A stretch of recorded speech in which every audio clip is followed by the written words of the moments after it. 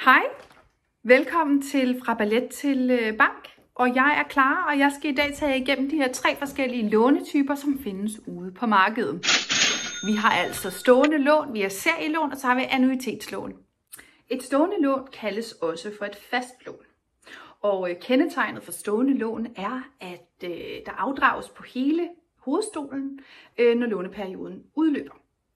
I lånets løbetid, så betales der selvfølgelig også renter per termin, som er lig hovedstolen, da der ikke afdrages før til sidst. Så har vi serielån, og serielån, der tilbagebetale hovedstolen altså i lige store afdrag hver termin. Ved hver termin, så betales der selvfølgelig også renter. Og renterne betales tilbage af det beløb, som skyldes ved terminens start. Man kan så også sige, at rentebetalingerne de bliver mindre og mindre termin for termin i takt med, at restgælden falder. Så har vi annuitetslån. Og annuitetslån, de tilbagebetales på sådan en måde, at ydelserne de bliver lige store for hver termin. Ydelsen beregnes ved hjælp af rentes regning, således at det netop kommer til at passe, at lånet afdrages i løbetiden, samtidig med at låntager betaler den aftalte rente.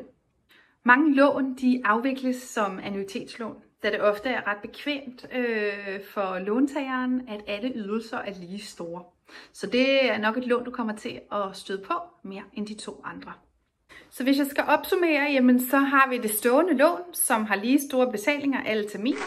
Så har vi serielånet, som har lige store afdrag alle terminer. Og til slut så har vi annuitetslånet, som har lige store ydelser alle terminer. Jeg håber, du er blevet klædt bedre på, når du skal ud og låne penge. Alt det bedste fra mig, Finansclara. Tjo hej!